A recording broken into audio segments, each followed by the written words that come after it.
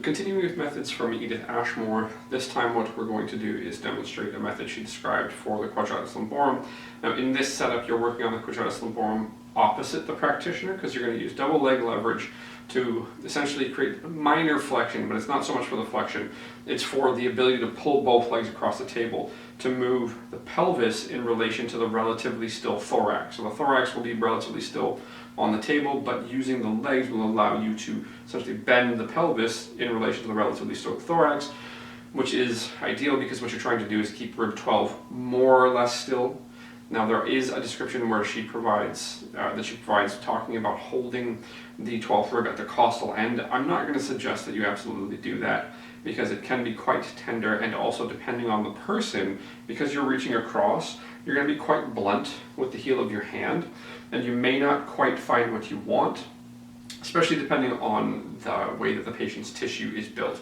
You just may not find it, but she's talking about holding that and then bringing it up towards the 11th rib. So she's essentially talking about if the rib is pointed down, you bring it up towards.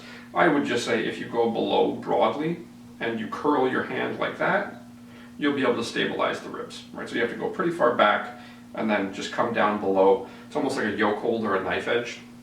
Well, the knife edge is this side, so it's more like a yoke hold. You just come below and you'll stabilize everything to the best of your capacity, as well as have good palpation, so broad contact for multi-point discrimination. Bend both your knees.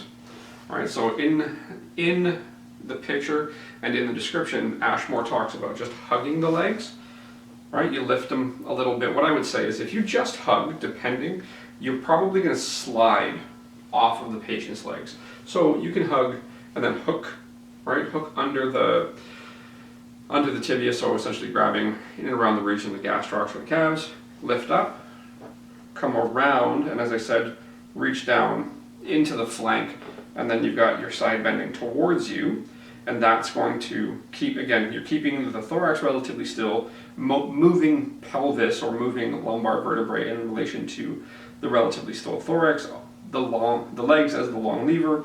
Now you're working on the QL. What I would say is it's entirely reasonable also to hold underneath the knees, so there's a little bit less labor on you, get a lot more movement out of it. Because when you're over top, you're just not going to be able to move as easily because the patient's legs are going to slip. So if you come underneath the knees, you'll be able to stand a little taller, make the movement a little bit easier for yourself.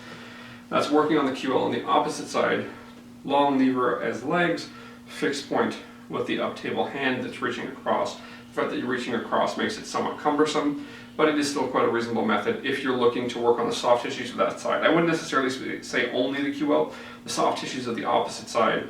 If the thorax is still, you move the pelvis in relation, then you'll work on the soft tissues or lengthen the soft tissues on the opposite side.